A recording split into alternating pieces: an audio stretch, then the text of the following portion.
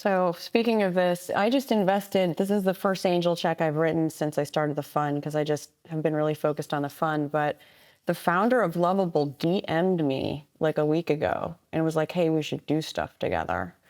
And we got on a call and they were like, we want you to angel invest. And it's like, I think, it's not going to be like a huge check, but they're the fastest growing startup ever. They just reached 100 million in ARR 8 months after launching the product. They're at like a $1.8 billion valuation. Anton from Lovable. Yeah, I had him on the pod. It's a very impressive piece of software for this vibe coding. It really is. And this is kind of exactly what we're talking about. People are creating software in 48 hours and generating like tens of thousands of dollars worth of revenue on it. And these are just, these aren't even necessarily startup founders. So I'm curious, I don't know, how much time have you spent thinking about something like Lovable? And like, as an angel, that's like, I think that's probably, I don't know if it's the highest, it's not late, but it's probably maybe the most expensive, check I've ever written. Do you think you're basically making a good looking, decision? What's the price to sales ratio? Price being the valuation of the company, sales being the revenue of the company. Price to sales should really just be valuation to revenue, would be a cleaner way to say it so people would understand it.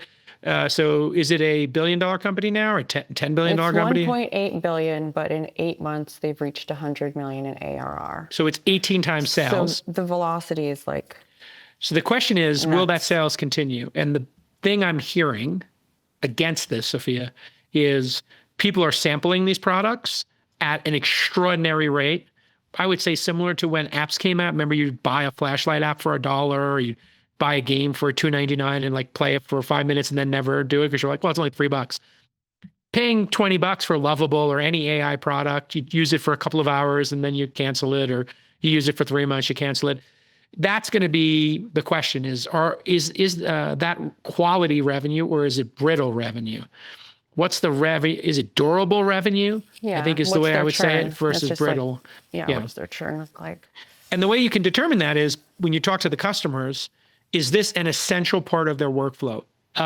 Sophia, are you going to make that outside of your fund or inside of your fund? Outside of the fund. It's not with, I'm investing at like sub 20 million. You got to talk to your LPAC. Make sure as one of your LPs, I'm saying put it in the fund and make an exception. And it's a learning experience. I haven't done it yet, but I think it's like, I don't think it would be a challenging 10x. And I think if I was, do it in the fund. You don't want to I have relationships with founders, even though I'm not like a lead check. I've found it pretty easy to contact a founder when they raise subsequent fundraising and be like, hey, anybody want to buy, could I sell some secondary shares? So, do it as an LP, I would say, do it in the fund and say, this is an experiment. We have 22 bets we're making. One of the bets, we thought we'd try a later stage one and see what we learn there. And, obviously we don't think this could be a 200x, but we think it could be a 10x, and that could be accretive to the fund. And, it would be a single or double, and it would be lower risk.